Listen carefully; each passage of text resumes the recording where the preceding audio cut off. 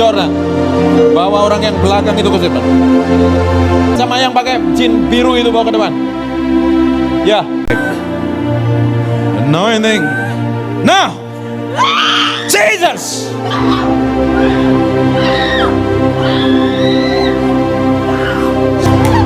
Receive anointing. Jesus. Jesus name. Go.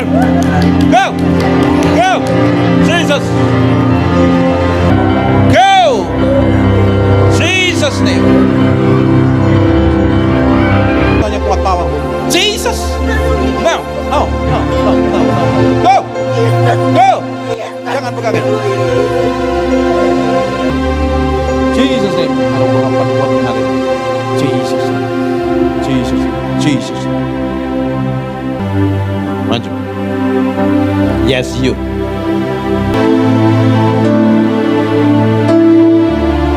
Tuhan jamah ya. Jamah. Karena kuasamu. Karena kuasamu. Now. Penuhi dengan hadiratmu. Jesus name. Go. Rabba puship gini. Jesus name in Jesus. Go. Biarin. Bangkitin. Begitu kuat pada ibu ya. Ibu sampai nggak tahan dengan hadirat itu. Ibu sampai nggak tahan dengan hadirat itu. Tuhan semakin kuat. Jesus, go! Powerful, silakan duduk. Biar. Ujung rambut sampai terpada kuasa Tuhan. Go! Berdia dalam hadirat Tuhan. Biarin. Kuasa Tuhan begitu powerful sama ibu ini loh. I don't know. Bisa dibangunin sebentar. Bangun. Iya. Kuasa Tuhan powerful. Bangunin berdua bertiga. Bu, buka tanganmu. Jangan dipegang. Don't touch. Pegangin belakangnya, siapin di belakang.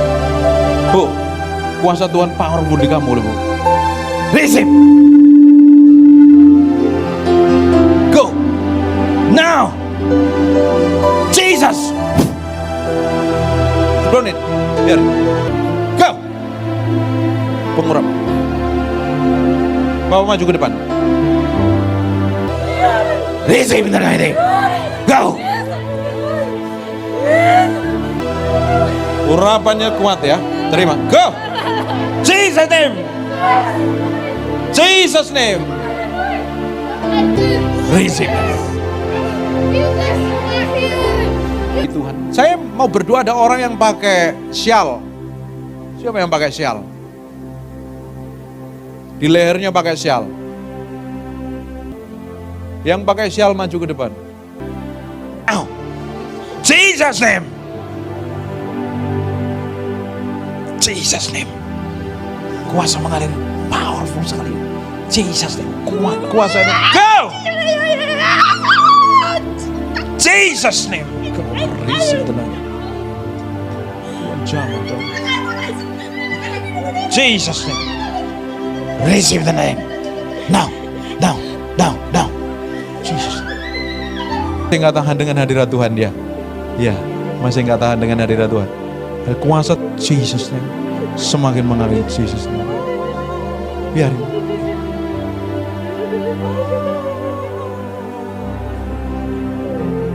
Silakan duduk dalam hadirat Tuhan.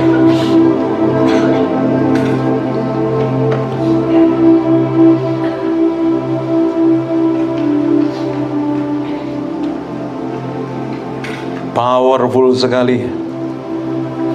Saya merasakan kuasa Tuhan. Siapa yang merasakan hadirat Tuhan yang tebal? Kasih tepuk tangan dulu buat Yesus Kristus. Tuhan baik, Tuhan baik. Dibutuhkan kemurnian hati yang sungguh-sungguh mencintai Tuhan lebih dari apapun juga. Tuhan seorang pribadi yang harus kita kasih, hanya mata kita saja nggak bisa melihat. Dia begitu powerful, begitu real. Tadi hanya sedikit hadiratnya yang manifestasi. Nanti di akhir zaman kuasa itu akan powerful sekali memenuhi hidupmu. Kemana engkau melangkah, kemana engkau pergi, kuasa Tuhan yang akan menyertaimu.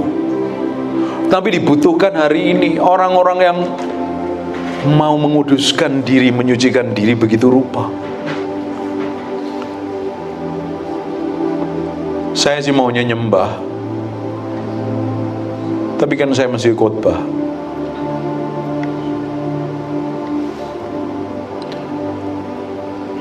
Tuhan baik, Tuhan baik. Amin. Sekarang kita akan lihat di 2 Timotius pasal yang kedua ayat yang ke-19. Tetapi dasar yang diletakkan Allah itu teguh, dan materainya Tuhan mengenal siapa kepunyaannya. Tuhan mengenal siapa kepunyaannya. Dengerin baik-baik, sekarang lihat saya, jangan lihat handphonemu. Kalau perlu matiin handphonemu biar kamu nggak lihat IG, nggak lihat TikTok. Tuhan tahu persis detail hidupmu loh. Karena Tuhan mengenal siapa kepunyaannya. Siapa yang percaya engkau adalah miliknya Yesus? Angkat tanganmu baik. Kalau engkau percaya engkau miliknya Yesus, Dia tahu detail hidupmu, Dia tahu detail isi hatimu, Dia tahu detail semua perkara yang kamu alami. Makanya tidak ada kita bisa bersembunyi dari hadirat Tuhan. Kemana aku dapat pergi menjauhi rohmu? Kemana aku dapat menjauh bersembunyi? Tidak, kita tidak bisa bersembunyi. Makanya setiap hari izinkan Tuhan mengkoreksi hatimu. Izinkan Tuhan lihat sampai kedalaman batinmu. Didapatin sesuatu yang busuk, hal yang tidak berkenan, bertobat, supaya hati kita tetap didapatin murni dan tulus di hadapan Tuhan. Hari ini ada orang-orang yang terikat dengan dosa apapun juga namanya. Dengerin baik-baik. Kalau engkau terikat dengan dosa apapun namanya, kelemahan apapun namanya, kelemahan itu akan dipakai setan untuk nyeret engkau jatuh dalam dosa. Kelemahan yang kamu miliki itu kamu harus bawa dalam hadirat Tuhan. Kamu serahkan, izinkan Tuhan menyelidikin sampai kedalaman batin kita, supaya kita didapati menjadi orang yang berkenan dan menyenangkan hatinya lebih dari apapun. Karena pengejaran kita itu adalah didapatin menyenangkan hati Tuhan sampai garis akhir. Katakan amin. Makanya kelemahan-kelemahan itu kita harus serahkan sama Tuhan. Kelemahan-kelemahan itu kalau kita tetap tutupin dan kita anggap itu sesuatu yang biasa karena saya masih hidup di dunia punya kedagingan dan lain sebagainya. Dengerin baik-baik, setiap orang punya kelemahan masing-masing yang berbeda. Kalau kelemahan itu kamu biarkan begitu saja, itu jadi pintu masuknya setan untuk kuasain dirimu. Tujuannya setan bukan ngancurin kelemahanmu, tujuannya untuk menghancurkan kekuatanmu lewat kelemahanmu. Hari ini perlu ambil keputusan untuk cintai Tuhan dan kasih Tuhan. Dapatin hatimu sungguh-sungguh mengasihi Tuhan. Tuhan akan buat sesuatu yang spesial. Tuhan akan buat sesuatu dalam hidupmu yang semakin hari semakin spesial. Makanya kalau kita kenal Tuhan, kita ngalami Tuhan secara pribadi, kita memiliki kehidupan yang berbeda. Hidupmu ada di dalam tangan Tuhan. Gak perlu khawatir, gak perlu stres, gak perlu bingung. Siapa yang hari ini khawatir tentang masa depannya? Siapa yang hari ini khawatir dengan pasangan hidupnya yang umurnya mungkin sudah hampir expired? Gak ada yang expired sebenarnya ya. Umurnya sudah hampir kadaluarsa mungkin ya, menurut kacamatamu. Tuhan tahu yang terbaik dalam hidupmu. Tuhan pun juga siapkan pekerjaan dalam hidupmu. Tidak usah khawatir. Apapun yang kita kerjakan, Tuhan ngerti detail hidup kita. Tuhan ngerti kelemahanmu, Tuhan ngerti masa depanmu, Tuhan ngerti apapun yang tersembunyi di dalam hatimu. Engkau datang ibadah ini, Dia juga tahu motivasimu kok. Tuhan mengenal kepunyaannya. Dengerin baik-baik. Dan setiap orang yang menyebut nama Tuhan hendaklah meninggalkan kejahatan.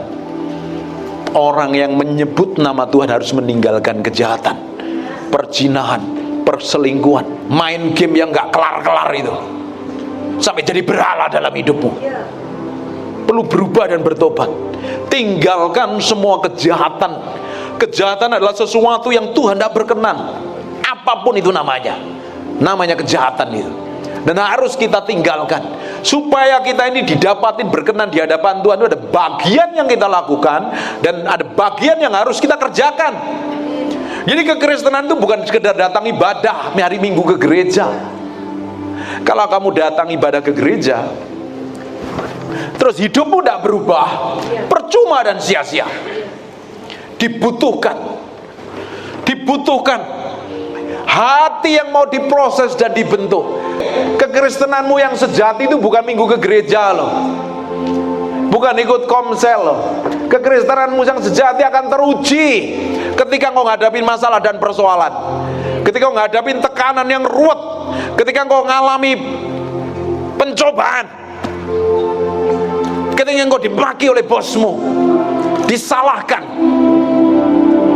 dituduh, difitnah, diperlakukan buruk. Reaksi yang keluar dari mulutmu menunjukkan siapa engkau sebenarnya di hadapan Tuhan. Amin. Diberkati nggak ini? Katakan bantu dulu. Loh, orang belum sarapan apa piye itu? Bantu dulu. Ini orang-orang yang diberkatin Tuhan. Semuanya akan teruji di dalam kehidupanmu. Seperti di kitab Petrus, 1 Petrus pasal yang ketiga ayat 3-7, terpujilah Allah Bapa Tuhan kita Yesus karena rahmat yang besar melahirkan kita kembali kebangkitan Yesus Kristus di antara orang mati kepada suatu hidup yang penuh pengharapan, untuk menerima suatu bagian yang tidak dapat binasa dan tidak dapat cemar dan tidak dapat layu tersimpan dalam surga bagi kamu, yaitu kamu yang dipelihara oleh kekuatan Allah karena imanmu, sementara kamu menantikan keselamatan yang tersedia untuk dinyatakan pada akhir zaman. Bergembiralah hal itu, sekalipun sekarang kamu seketika harus berduka cita oleh berbagai pencobaan. Ketika kau dicaci maki, dituduh, difitnah, diperlakukan buruk, disuruh ngapain? Kata Alkitab, senyum. Lo disunyum mau ngangele rami kau luwe apa deh. Senyum dulu. Kanan kiri kasih tarik kanan kiri lah. Ketika engkau ngalami tekanan, himpitan, persoalan, jerit-jerit, nangis, gulung-gulung, atau disuruh bahagia, katakan, saya harus bahagia, saya harus enjoy sekalipun ngalami masalah, karena itu akan menunjukkan siapa saya sesungguhnya. Katakan amin. Makanya hidup kekristenan itu harus bahagia. Kalau engkau gak bahagia, perlu dipertanyakan itu. Ku berbahagia yakin teguh. Ku berbahagia yakin teguh.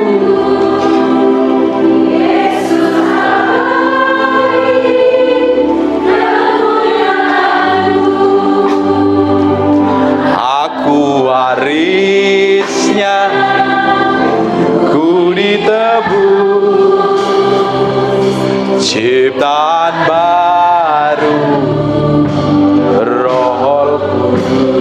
Sekarang buka mulutnya sambil senyum.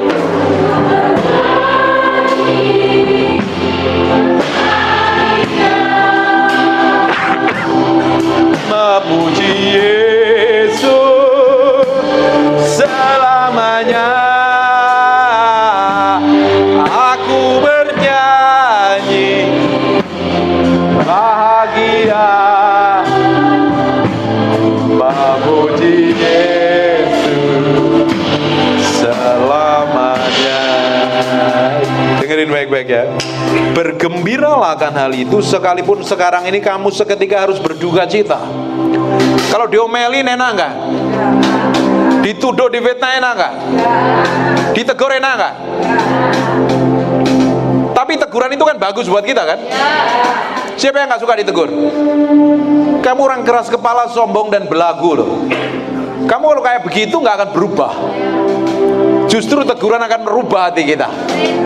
Siapa yang sering disalahkan, dipersalahkan? Angkat tangannya. Bergembira, enjoy, ku berbahagia yakin teguh. Gak usah khawatir, gak usah bingung, hidup ini Tuhan tahu kok. Siapa yang pernah difitnah? Ada yang pernah difitnah? Diem saja. Beri waktu sama Tuhan untuk menjelaskan segala sesuatunya. Kamu gak perlu mau klarifikasi apapun juga. Siapa yang gak pernah bisa tidur gara-gara ribut dengan orang? ketawa kabeh ketoke kena kabeh. Kelihatannya kenapa? Dengerin baik-baik. Enjoy hidupmu. Engkau harus relax dan enjoy. Dengar lagu ini ketika engkau ngalami tekanan hebat. Aku bernyanyi memuji Yesus selamanya. Bisa nggak memuji Yesus ketika kamu lagi nggak enak?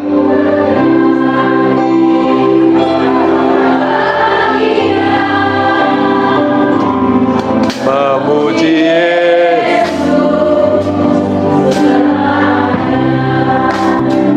Siapa yang baru geger, ribut, hatinya nggak enak bisa berdoa? Wangel kan? Bener nggak? Yang lagi hatinya kesel bisa berdoa nggak? Makanya Alkitab ngomong jadilah tenang maka kamu dapat berdoa. Nah, hatimu gemuruh, ribut, gegeran, berantem, konflik, diberesin dulu. Kata kita Matius, ketika kamu mempersembahkan korban, salah satunya datang ke gereja, kamu simpen kesel dengan orang lain, temuin orang itu, beresin. Kalau enggak, persembahanmu enggak berkenan di hadapan Tuhan. Artinya kan Tuhan mau hatimu kan, bukan doamu, bukan ibadahmu kan. Hatimu dulu loh yang dipersembahkan. Dan hati itu harus didapatin memiliki kemurnian dan ketulusan. Kemurnian dan ketulusan itu lewat proses namanya, lewat tekanan namanya. Amin. Amin apa amin? Kita lanjut lagi. Maksud semuanya itu ialah membuktikan kemurnian imanmu yang jauh lebih tinggi nilainya daripada emas yang fana, yang diuji kemurniannya dengan api, sehingga kamu memperoleh puji-pujian, kemuliaan, kehormatan, memperoleh pujian, kemuliaan, dan kehormatan pada hari Yesus Kristus menyatakan dirinya. Proses tadi itu ngetes isi hatimu, isinya apa. Seperti bangsa Israel di Ulangan pasal yang ke-8 mulai ayat yang kedua. Bangsa Israel itu harusnya keluar dari tanah Mesir menuju tanah perjanjian itu hanya sekitar 40 harian lah. Tapi Tuhan bawa muter sampai 40 tahun karena Tuhan mau tes hatinya orang Israel itu seperti apa di hadapan Tuhan. Sungguh-sungguh mencintai Tuhan apa tidak? Sungguh-sungguh mengandalkan Tuhan apa tidak? Tapi pada kenyataannya banyak orang Kristen ibadah, hatinya nggak nempel sama Tuhan. Nggak ada kan yang duduk di ibadah ini mikirin nanti makan apa? Ada nggak? Khotbah lama ini udah jam berapa ini, udah lapar, perut bunyi. Nggak ada yang mikirin kayak begitu kan? Siapa yang pingin dengerin khotbah? Katakan, saya pingin denger khotbah. Khotbahnya bagus. Loh, saya pingin denger khotbah. Khotbahnya bagus. Lanjutin Pak. Terima kasih ya. Tes tadi tujuannya untuk memurnikan yang di dalam hati kita. Karena kita ini merasa diri kita benar, agak kecil dikit. Karena kita itu merasa diri kita itu benar kan, paling benar sejagat raya, dan orang lain salah semua. Kalau kita ribut, gegeran, berantem, kita selalu tuding siapa? Oh, aku yang salah, aku yang belum berubah, atau orang lain. Kebanyakan kita tuding orang lain dan kita merasa benar. Kita merasa benar terus dan kita padahal salah. Artinya kamu tuh dablek ngeyelan. Perlu berubah hari ini. Kalau enggak, imanmu enggak teruji. Kamu kekristenanmu dari tahun ke tahun akan tetap sama. Orang dunia ingin melihat karakter kita seperti karakter kerajaan Allah. Katakan amin. Dari sikapmu, dari tindakanmu harusnya menunjukkan bahwa kita ini adalah anak-anak kerajaan Allah. Orang akan melihat karakter kehidupan kita. Dengerin, kata Kristen pertama kali disebut di Antioquia. Tahu gak kenapa disebut Kristen? Karena dia pengikutnya Kristus, ngikutin kelakuannya, gaya hidupnya Yesus, ngikutin cara bicaranya Yesus, ngikutin tindakannya Yesus, makanya disebut Kristen. Kristen bukan sekedar identitas agama, tapi kehidupan yang dibangun setiap hari bersama Tuhan, memiliki hubungan kedalaman Tuhan dan jalani hidup bersama Tuhan. Katakan yes. Kalau enggak, kekristenanmu akan tetap sama dari tahun ke tahun. Tidak ada perubahan sama sekali. Orang ngelihat kamu enak, hidupmu enggak jadi berkat apa-apa. Tapi hari ini engkau harus belajar berjalan bersama Tuhan, dan Tuhan akan buat sesuatu yang ilahi dalam hidupmu. Amin. Amin. Kita lanjut lagi di 2 Timotius. Saya berdoa dari sini akan lahir orang-orang yang dipakai Tuhan luar biasa. Nanti lihat yang dari tempat ini, ada orang dipakai pelayanan kesembuhan ilahi. Saya nggak tahu orangnya siapa, tapi akan muncul. Akan ada orang-orang yang dipakai untuk keliling dunia dari tempat ini. Nggak tahu siapa orangnya, tapi ketika engkau mempersiapkan diri mulai hari ini, Tuhan akan buat sesuatu yang powerful. Hari ini Tuhan mau bikin sesuatu yang spesial, dan Dia sudah bikin sesuatu yang spesial. Sekarang kita lihat lagi di ayat yang ke-20, 2 Timotius pasal yang kedua ayat yang ke-20. Dalam rumah yang besar bukan hanya terdapat perabot dari emas dan perak, melainkan juga dari kayu dan tanah. Yang pertama dipakai untuk maksud yang mulia, yang terakhir untuk maksud yang kurang mulia. Dalam satu rumah itu ada perabot yang mulia dan ada perabot yang kurang mulia. Harusnya hari ini kita ini, karena ada Tuhan yang tinggal di dalam kita, Dia mengurapin kita, ada firman di dalam kita, harusnya hidup kita itu spesial, di atas rata-rata. Kemarin kita bahas ada orang-orang yang spesial, Sadrak, Mesak, Abednego dan Daniel adalah orang yang berada di atas rata-rata orang lain. Hikmatnya, pengertiannya, pengetahuannya. Pak, saya ini Esther biasa loh Pak, saya ini nggak bisa apa-apa, saya hanya pembantu rumah tangga. Pak, saya ini jangan ibu rumah tangga. Dengerin baik-baik, ada sesuatu ilahi yang Tuhan taruh dalam hidupmu. Ketika engkau pegang itu, ketika engkau jalan bersama Tuhan, kamu yang biasa-biasa tadi menjadi orang yang luar biasa. Tahu nggak saya siapa? Saya ini bukan siapa-siapa. Saya ini dari kampung desa di Malang, di bawah kaki Gunung Kawi, anaknya penjual pisang. Bukan siapa-siapa. Saya dijamah Tuhan di Bali, ngalami Tuhan di Bali. Sejak saya ngalami Tuhan, saya kejar Tuhan sampai hari ini. Itu tahun 97, 96 saya dilawat Tuhan, 97, 98 saya belajar firman terus sampai hari ini. Saya kejar Tuhan terus. Akhirnya Tuhan buat sesuatu yang powerful. Bukan karena Peter gunturnya, tapi karena ada Tuhan yang manifestasi di sini. Kalau engkau memposisikan dirimu sebagai orang yang spesial, kelakuanmu, sikapmu juga harus spesial. Tindakanmu pun juga harus spesial. Di dalam rumah ada perabot yang mulia, ada perabot yang kurang mulia. Tergantung kamu memposisikan dirimu siapa di hadapan Tuhan hari ini. Komitmen, kejar Tuhan, cari Tuhan.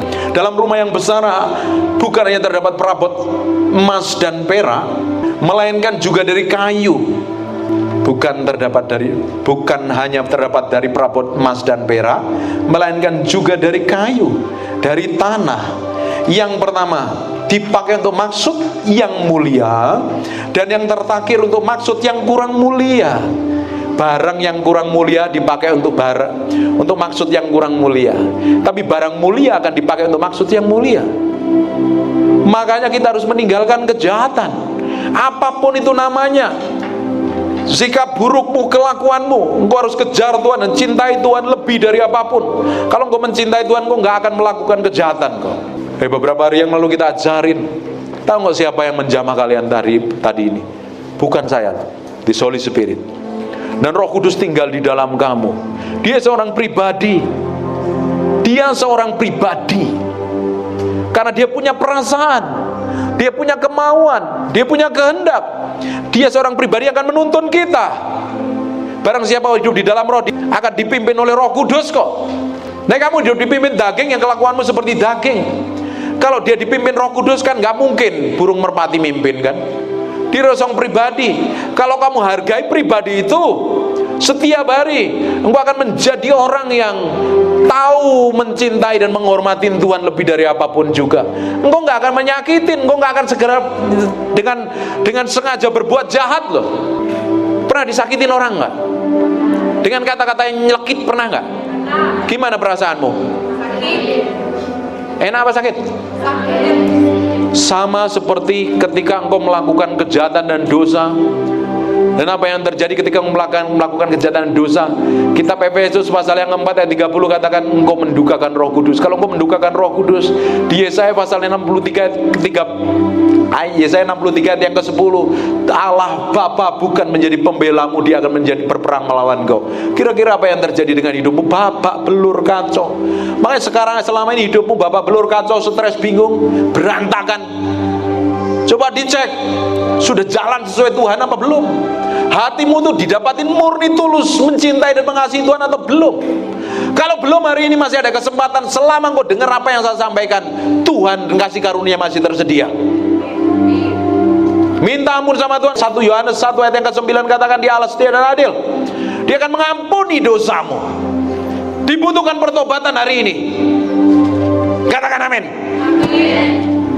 Senyum dulu kanan kiri. Aku diberkati, bilang. Khotbahnya bagus, bilang. Aku sampai tersinggung, bilang. Puji Tuhan. Berkati nggak? Lanjut. Lanjut ya. Dengerin baik-baik lanjutnya. Kalau engkau ingin dipakai untuk sesuatu yang mulia, seperti emas, tadi kan ada kayu, ada lain sebagainya kan. Diujinya lewat api, diujinya lewat pencobaan. Kalau kamu dari emas, semakin dibakar, semakin murni. Seng peraknya akan menguap dengan tingkat panas yang tinggi. Lewat proses namanya peremukan. Katakan peremukan. Peremukan. Digecek. Supaya karakter Kristus muncul dalam hidupku. Pak, mau ngomong berkat toh Pak, ini kok ngomongnya kayak begini, nggak enak Pak, bilang. Tapi Tuhan memang mau hatimu kok. Tadi Alkitab mengatakan barang siapa meninggalkan kejahatan, suatu hari dia akan dipakai untuk tujuan yang mulia di hadapan Tuhan. Amin. Jika seorang menyucikan dirinya dari hal-hal yang jahat, di ayat yang ke-21, ia akan menjadi perabot rumah untuk maksud yang mulia, menyucikan dirinya dari hal-hal yang jahat. Beri tepuk tangan. Barang siapa menyucikan dirinya dari yang jahat, dia akan dipakai untuk perabot yang dengan maksud untuk yang mulia. Sekarang hari ini keputusanmu bagaimana? Engkau mau meninggalkan kejahatan atau tidak? Itu keputusanmu. Kalau engkau meninggalkan kejahatan apapun namanya dan mulai jalan sama Tuhan, ketika saya komitmen percaya Tuhan dan dilawat Tuhan, aku kecilin dikit. Apa yang terjadi? Saya kejar Tuhan setiap hari, saya bangun keintiman dengan Tuhan setiap hari. Saya ngalami proses, saya ngalami tekanan, saya ngalami himpitan. Bahkan di terakhir saya ngalami sakit penyakit sampai nggak bisa jalan 11 hari itu. Saya bisnis bangkrut dan lain sebagainya. Saya difitnah, dituduh, diperlakukan buruk. Saya ngalami semuanya. Dan itu bagian yang Tuhan izinkan. Karena Alkitab katakan kan, Tuhan akan bawa kita ke dalam lembah kekelaman. Sekalipun kita berjalan dalam lembah kekelaman, seakan-akan tertutup semuanya. Tapi di sana, di ujung jalan yang buntu itu, di ujung jalan yang tertutup itu, Tuhan sedang menunggu dengan semua jawaban permohonan kita. Katakan yes. Jadi nggak perlu khawatir, nggak perlu bingung, nggak perlu stres, nggak perlu kacau, karena Tuhan tinggal di dalammu kok. Kalau mengalami masa yang buruk, masa yang jelek, itu bagian yang Tuhan izinkan untuk memurnikan hati kita dari semua kejahatan, dari semua hal yang buruk tidak berkenan di hadapan Tuhan. Tuhan mau hidup kita didapatin berkenan sampai garis akhir, menjadi orang kesayangannya Tuhan. Bayangkan Daud itu, dia bikin kejahatan luar biasa. Benar apa enggak? Tapi dia bertobat loh. Dia akhirnya nangis sama Tuhan. Jangan ambil rohmu daripadaku. Dia bertobat, berubah. Padahal kejahatannya sangat luar biasa. Kata orang Jawa itu, istilah perjawa ya, denger ini, nabok nyilih tangan. Dia mukul orang lain pakai tangannya orang. Jahat di hadapan Tuhan. Dia pukul Uria, dibunuh pakai tangannya panglimanya, sengaja ditaruh di depan. Dia berzinah, dia hamilin istri orang, jahat kan? Tahu nggak di Kisah Para Rasul dia dipromosi menjadi the man after my own heart, orang kesayangannya Tuhan, karena dia bertobat dan berubah. Hidupmu pun hari ini sama. Ketika engkau meninggalkan kejahatan apapun itu namanya, dan kau kejar Tuhan, kau cintai Tuhan, kau kasihi Tuhan, engkau hidup dalam kekudusan dan kesucian, engkau menyucikan dirimu, suatu hari Tuhan dapatin engkau menjadi orang kesayangannya. Untuk melewati ini harus melewati namanya proses jalan permukaan, jalan yang menyakitkan, yang tidak enak, tapi di ujungnya Tuhan akan promosi. Katakan amin. Haleluya. Diberkati enggak? Yang diberkati batu dulu. Orang-orang yang luar biasa. Kita lanjut lagi. Jika seorang menyucikan dirinya dari hal-hal yang jahat, ia menjadi perabot rumah untuk maksud yang mulia, dikuduskan, dipandang layak untuk dipakai tuannya, yang disediakan untuk setiap pekerjaan yang mulia.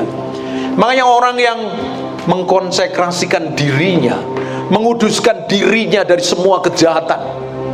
Kita tinggal di dunia, masih kita dipertemukan dengan orang-orang yang nyebelin dengan banyak hal lah. Kita melakukan bisnis, usaha dan lain sebagainya, betul nggak ini? Tapi kelakuan dan sikap kita ini berbeda dengan orang-orang dunia.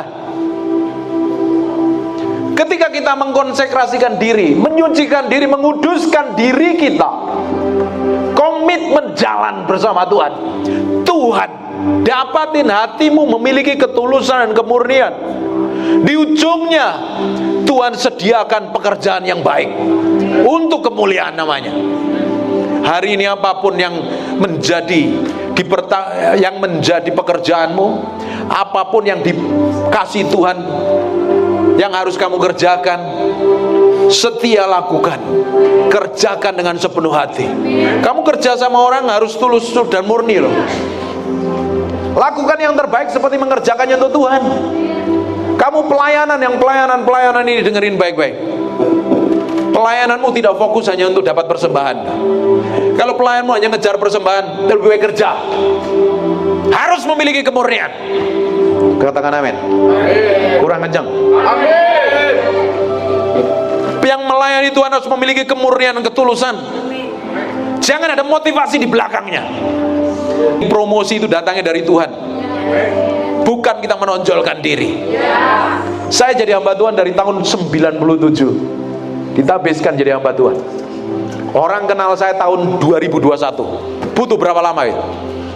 Sepanjang perjalanan diremukan, dihina, dituduh. Ternyata saya dipersiapkan Tuhan. Istri saya sering tanya, lu temenmu tuh pelayanan di Malaysia, temenmu tuh KKR di sana, temenmu sudah mengembalakan. Itu beberapa tahun yang lalu. Jarno aja, biarin aja lah.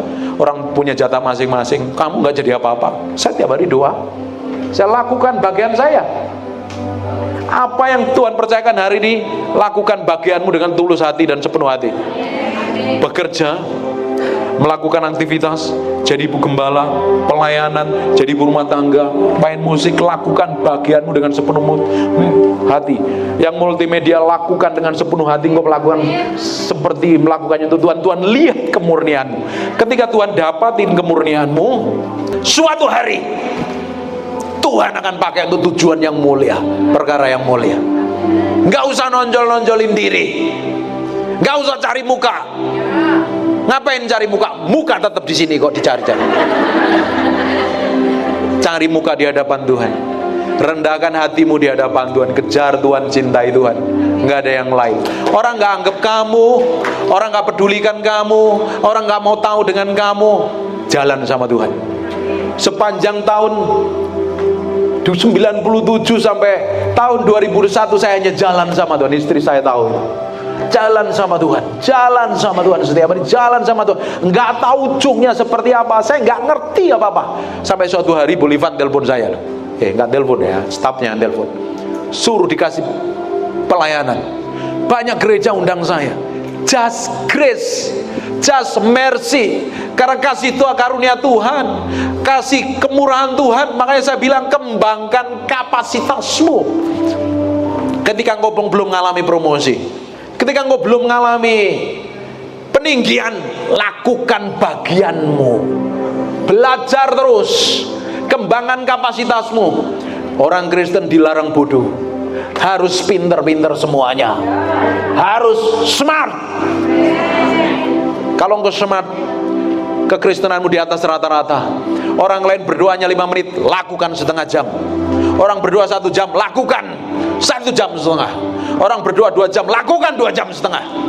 Lu berdoa 2 jam tuh ngapain Pak? Aku bingung, kata-kataku habis. Makanya belajar bangun keintiman. Cari bukunya Madam Jin Guyon, Mengalami Kedalaman Yesus Kristus. Baca itu. Engkau diajarin masuk sampai dimensi kedalaman dengan Tuhan. Engkau sampai pingin kenal Tuhan. Ketika engkau sudah mati terhadap dirimu sendiri, engkau nggak pusing dengan dirimu. Orang yang mati terhadap dirinya sendiri, dia nggak pusing dengan kejadian-kejadian di luar dirinya. Ketika engkau bertumbuh ke arah Kristus, engkau menjadi dewasa, engkau semakin powerful, engkau semakin kenal Tuhan. Segala sesuatu yang di luar hidupmu tidak akan mempengaruhi kamu. Kok nggak mudeng ya? Do you mudeng or not ini? Katakan amin. Orang yang powerful, orang yang dewasa, orang yang ngerti firman, dia tidak akan pernah terpengaruh dengan kejadian buruk di luar dirinya. Karena dia tahu, dia tenang dan enjoy. Tapi kalau kamu hari ini masih panik, stres, bingung, ditegur orang, panik, bingung, stres, diributin orang, dicaci maki orang, suka berantem, ada yang kepahitan nggak di sini? Simpan kesel sama orang? Nggak ada. Kamu kepahitan? Nanti tak doain ya. Ada yang kepahitan nggak? Ada kok, katanya nggak ada. Belajar mengampuni. Orang Kristen yang sejati itu nggak terlalu pusing dengan orang ngomong apapun loh. Karena dia tahu posisinya dia di hadapan Tuhan kok. Barang yang mulia kok. Barang yang dikuduskan kok. Yang siap dipromosi kok. Yang siap ditinggikan.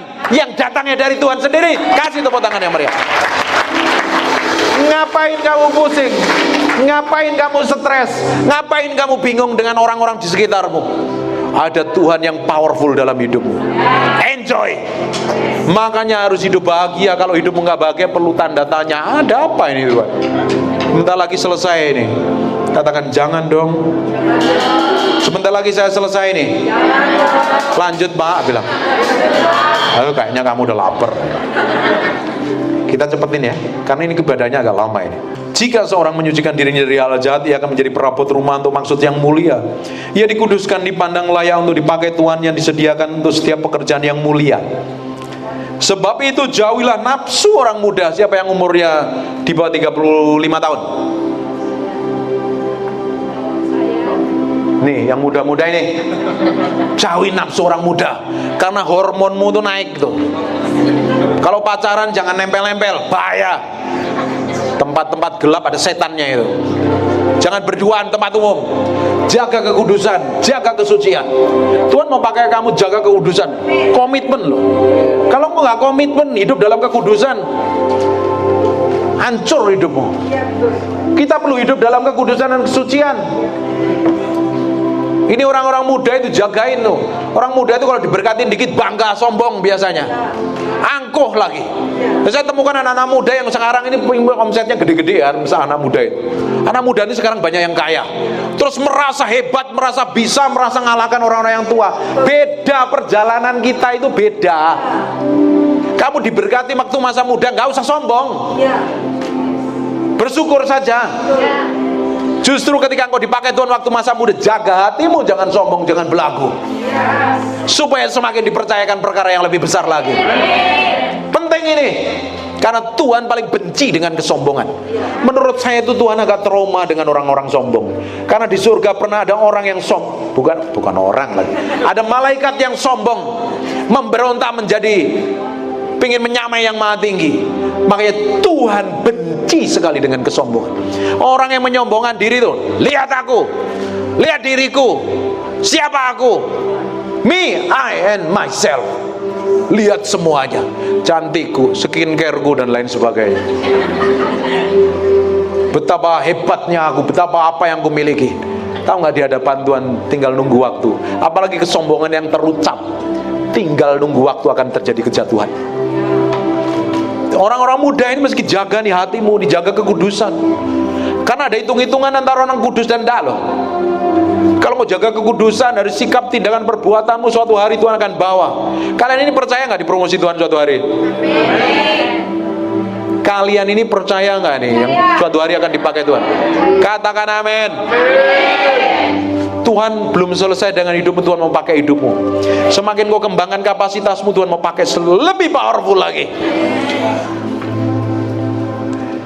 Jauhilah nafsu orang muda, kejarlah keadilan, kesetiaan, kasih, dan damai bersama-sama dengan mereka yang berseru dengan Tuhan dengan hati yang murni. Di gereja ini ada yang saling benci nggak? Satu dengan yang lainnya? Udah mengampuni ya?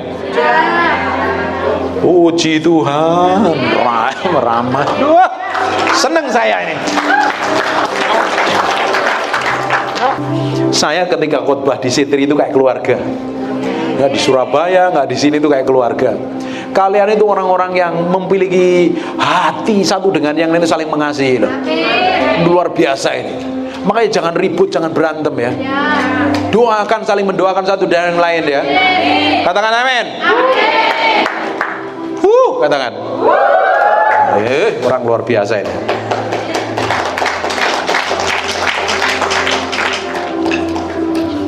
Sebab itu jauhilah nafsu orang muda, kejarlah keadilan, kesetiaan, kasih, dan damai bersama-sama dengan mereka yang berseru kepada Tuhan dengan hati yang murni. Hati kita ini harus murni. Kita ini kalau punya motivasi, kita ketemu orang pun juga pingin dapatkan sesuatu dari orang itu loh.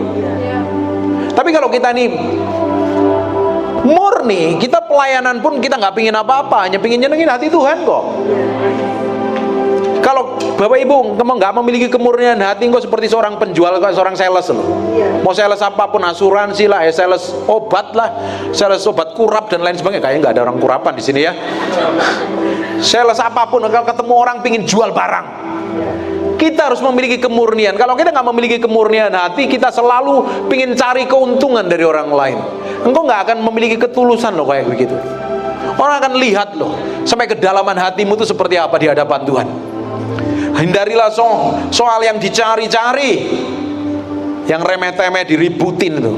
Gara-gara odol diributin, gara-gara sepatu dan naruhnya salah diributin, kayaknya nggak ada di sini. Gara-gara makan diributin, nggak penting lah kayak begitu-begitu. Hindarilah soal yang dicari-cari, yang bodoh dan tidak layak. Kita ngejar sesuatu yang spesial, namanya hadirat Tuhan. Amin. Namanya kemurnian, namanya ketulusan. Hidup kita semakin hari semakin mengasihi. Nggak ada kan suami istri yang ribut di sini? Haleluya Bu, jemaatmu tuh mesra semua. Bahagia saya, senang lihatnya. Engkau tahu bahwa soal-soal itu menimbulkan pertengkaran. Hal kecil, salah paham tuh bikin ribut. Makanya jangan dicari-cari, supaya hidupmu tenang dan ketika engkau berdoa bahagia. Amin. Diberkati nggak ini? Ini perhatikan ini, yang hamba Tuhan, yang pelayan-pelayan ini. Sedangkan seorang hamba Tuhan tidak boleh bertengkar. Kalau bertengkar sama orang lain kan malu-maluin ya.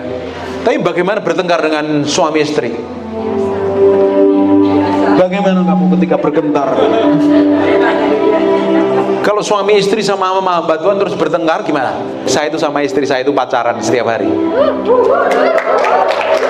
mesra terus setiap hari, bahagia terus. Saya bilang sama istri saya setiap hari, I love you. Engkau tambah hari tambah cantik, saya tambah jatuh cinta sama kamu. Saya ngomong loh setiap hari. Ini bapak-bapak ini ngomong gitu nggak sama istrinya? Coba lihat suami istri, lihat. Oma kemana ini oma ini? Waduh, di belakang ya piye. Yang suami istri pegang tangannya bilang I love you setiap hari ya. Aku tuh bangga loh punya. Aku tuh bangga loh punya suami kayak kamu. Aku tuh bangga punya istri kayak kamu. Kamu tuh luar biasa. Yang single parent, yang janda-janda pakai holy imagination. Nggak usah kegatelan ya.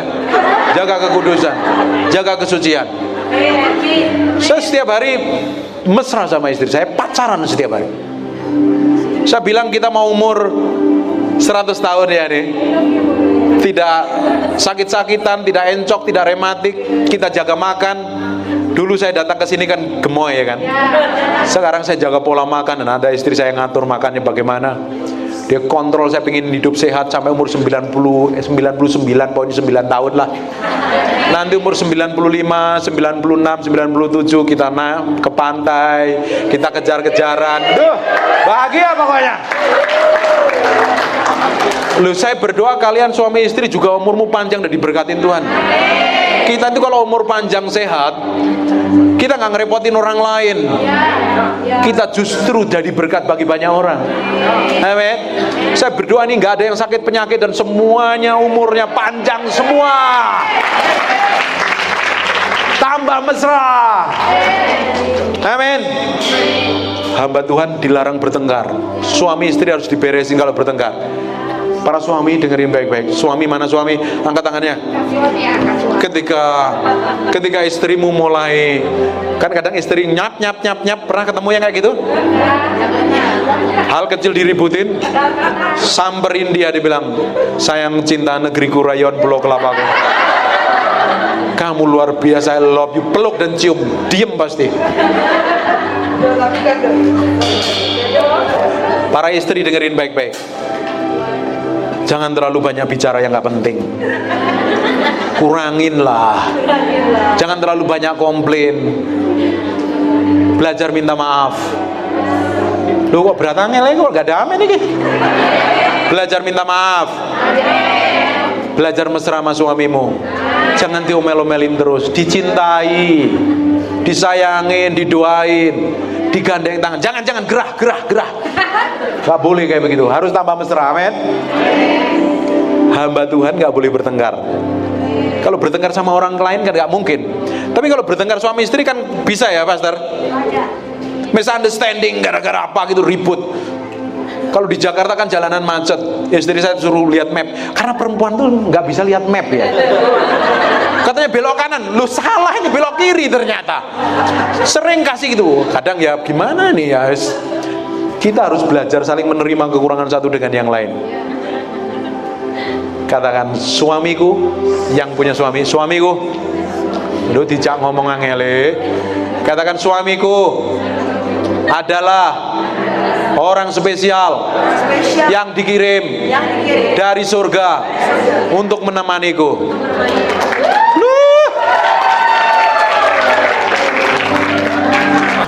Para suami dengerin baik-baik ini.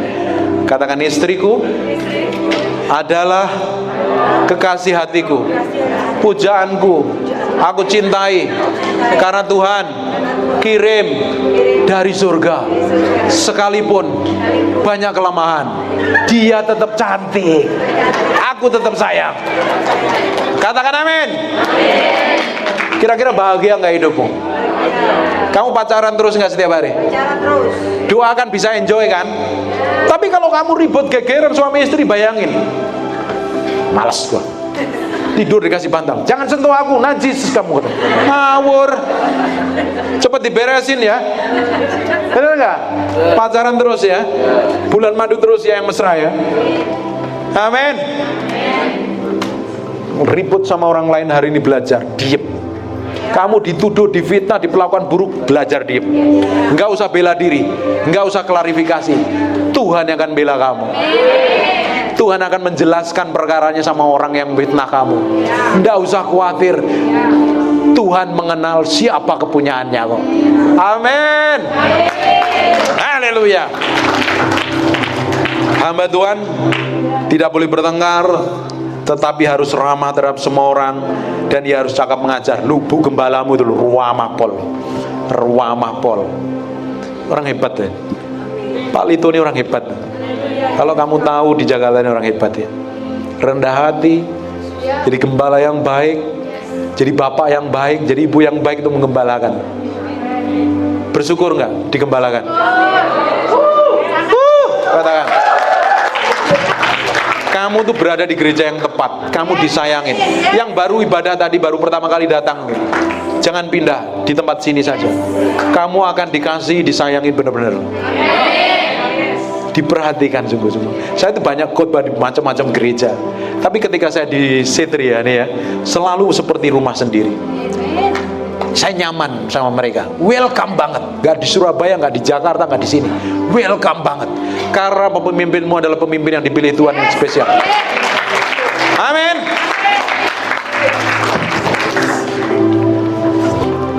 Pengerja-pengerja harus bersyukur. Kalau ditegur ibu gembala, kasih senyum aja, iya gitu. Ini pengerja-pengerja pernah ditegur ibu gem kan?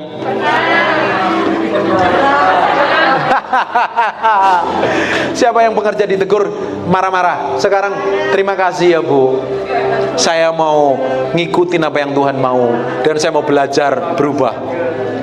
Jangan langsung mukamu berubah, karena ada otoritas di atas kita secara rohani. Kita mesti belajar dan tunduk. Jangan gerutu dan ngomel. Ya senyum di depan ibu gembala, belakang lah. Perlu bertobat itu. Kalau kamu mau digembalakan dengan baik, belajar berubah hatimu. Karena nggak ada gembala yang pingin jemaatnya rusak berantakan, nggak ada. Saya setiap orang yang konseling sama saya, setiap hari saya bawa dalam doa. Saya sebut namanya satu-satu. Saya catat namanya satu-satu, doain satu-satu. Kamu bersyukur dengan orang-orang yang rohani di atasmu. Mereka yang mendoakan kamu, mengcover kamu. Ini yang baru datang ke gereja, welcome home. Selamat datang di keluarga Allah. Minggu depan datang lagi ya. Tuhan akan berkati kamu. Kita lanjutkan, sebentar lagi selesai ini. Sebentar lagi selesai ini. Bilang jangan dong. Sebentar lagi selesai ini. Khotbahnya bagus, bilang. Terima kasih ya, tak paksa sedikit ya. Tapi enjoy kan? Diberkati apa enggak nih? Tapi hamba Tuhan dengan lemah lembut menuntun orang yang suka melawan. Bu, ada jemaatmu yang suka melawan? Udah bertobat semua ya hari ini ya? Puji Tuhan. Kadang orang suka melawan itu ngeyel tuh, kadang kita hamba Tuhan tuh kadang makan jantung dan ampela kadang. Udah dikasih tahu, nggak nurut, bantahan, merasa benernya sendiri, perlu bertobat dan berubah ya. Dan kita perlu kesabaran yang double porsi. Amin Bu. Kita perlu kesabaran yang double porsi ini, didik domba dombing tuh, tangguh dombing. Domba setengah kambing gitu loh. Ya ke gereja tapi kelakuannya liar.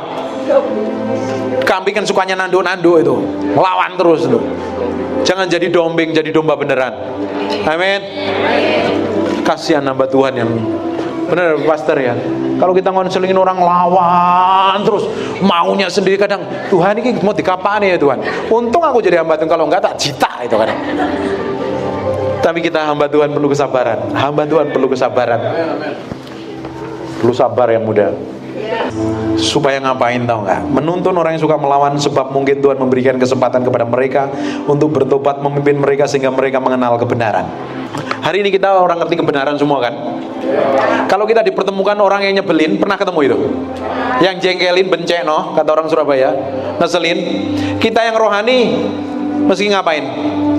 Kata kitab Galatia pasal yang ke-6 ayat yang pertama, kita yang rohani harus membimbing orang itu dengan roh lemah lembut, supaya kita tidak jatuh ke dalam pencobaan.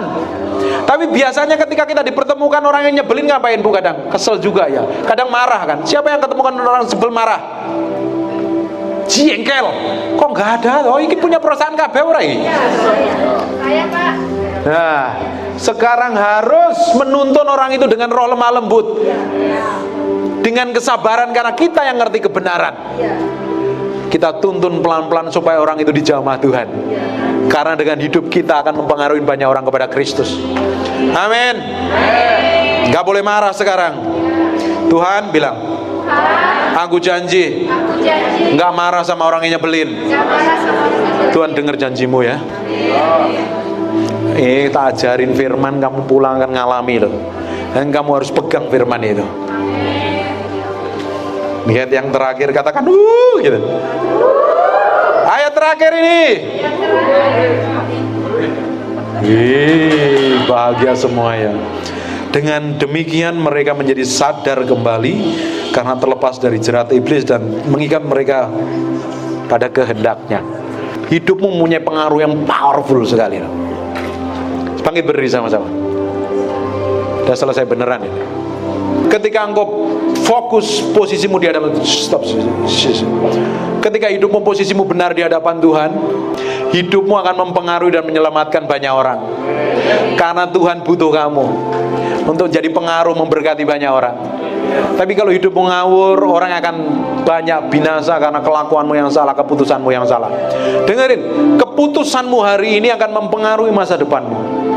Ketika keputusanmu hari ini benar, kejar Tuhan dan cinta Tuhan sungguh-sungguh, akan banyak orang dilawat Tuhan, akan ada banyak orang diubahkan Tuhan melalui hidupmu. Amin. Tapi ketika hidupmu kacau, rusak, berantakan, ada orang yang datang kepadamu harusnya diselamatkan, mereka akan tambah rusak. Ya. Harusnya hidupmu jadi berkat, jadi berkat di keluarga, jadi berkat buat sesamamu. Harusnya mereka ngalami Tuhan, malah mengalami Tuhan karena keputusanmu yang salah. Amin. Breathe upon me. Saya mau berdoa untuk orang yang kepahitan tadi, maju ke depan. Breathe upon me, breath of God. Yang di belakang, tadi yang di belakang kepahitan tadi. Spirit of the Lord, as I lift my hand in surrender to your name. Most High, ada yang kepahitan lagi? I'm yielding to your spirit, walking in your love. Jesus, kamu kepahitan sama siapa? Kamu harus belajar mengampuni. Kalau kamu gak mengampuni, Bapa di surga gak akan mengampuni kamu. Sakit hati kamu pernah diapain? Diperlakukan buruk, begitu rupa. Belajar ngampuni, kamu kan kenal Tuhan. Ikutin doa saya. Tuhan Yesus, angkat tanganmu dua-dua. Tuhan Yesus, kau lihat hatiku, ampuni aku. Aku udah kepahitan, aku simpen dendam, aku simpen sakit hati. Aku berdoa, aku buang, aku patahkan, aku hancurkan dalam nama Yesus. Mulai hari ini aku akan hidup baru, melepaskan pengampunan. Sekalipun mereka menyakiti aku miliknya Kristus. Sekarang aku percaya Tuhan memberkati aku, Tuhan mengurapi aku. Sekarang lihat ya, Tuhan akan penuhi kamu dengan urapannya ya. Buka tanganmu dua-dua. Tuhan jamah, urapanmu mengalir semakin kuat, semakin kuat, semakin kuat. Jesus, Tuhan jamah, Tuhan jamah. Penuhi dengan rohmu. Dalam nama Yesus, dalam nama Yesus, dalam nama Yesus, dalam nama Yesus, penuhi semakin kuat anugerahmu. Jesus name, Jesus name. Ada kuasa Tuhan mengalir dalam hidupmu. Kuasa Tuhan mengalir. Tuhan akan penuhi kamu dengan Roh Kudus. Sekarang ada urapan Tuhan yang mengalir dalam hidupmu. Jesus, ada urapan Tuhan yang mengalir. Kamu akan ngerasain sesuatu yang powerful. Terima pengurapan itu. Jesus name, in Jesus name, in Jesus name. Go, Jesus, Jesus, Jesus, Jesus. Biarin. Jesus name. Go. Biarin jalan. Receive urapan.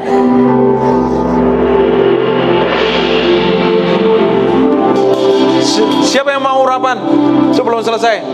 Gandeng tangan. Gandeng tangan, gandeng tangan, gandeng tangan. Tuhan, aku mau impartasikan pengurapan itu. Join hand, join hand, join hand. Join hand. Join hand. Just biarin. Biarin dia. Biarin. Biarin dia. Biarin. Biarin. Biarin, jangan dipegang. Biarin. Kamu berdiri, gandeng tangan. Siapa yang minta, ingin banget pengurapan mengalir dalam hidupmu? Tutup matamu, terima kuasa ini. Aku percaya kuasamu mengalir. Sekarang pengurapan itu turun. Pengurapan itu turun. Jesus, Jesus.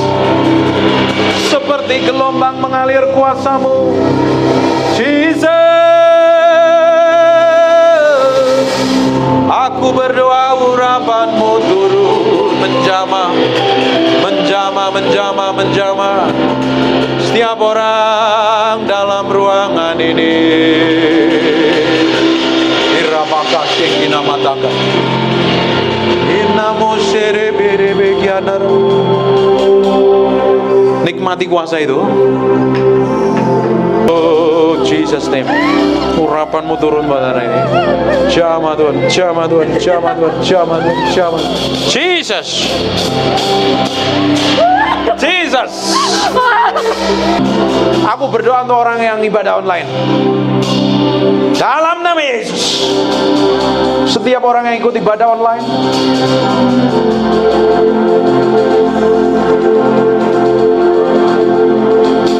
untuk orang yang ikut ibadah online, dalam nama Yesus, untuk orang yang ikut ibadah online, aku berdoa. Ada orang-orang yang sakit, taruh tangan kananmu di bagian yang sakit. Dalam nama Yesus, be healed in Jesus name. In Jesus name. Ada orang yang sakit. Sakit. Ada yang sakit.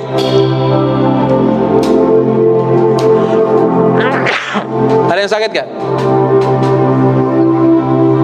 Puji Tuhan, sehat semua. Sakit di kakinya, sakit di lehernya. Ada yang sakit? Mana mose ini miana namor alamo igiri bierianamo shanamozo. Terima kasih buat kehadiran-Mu. Terima kasih buat urapan. Aku mengucap syukur dan aku kembalikan semua itu hormat kemuliaan buat Raja kami yang mulia. Aku berjanji itu tidak mencuri kemuliaan-Mu. Semuanya buat Yesus saja. Semuanya buat Yesus saja. Aku berdoa setiap orang dalam ruangan ini diberkati. Diberkati. Diberkati. Dan diberkati. Semua yang diberkati katakan amin 2 kali yang kenceng sekali.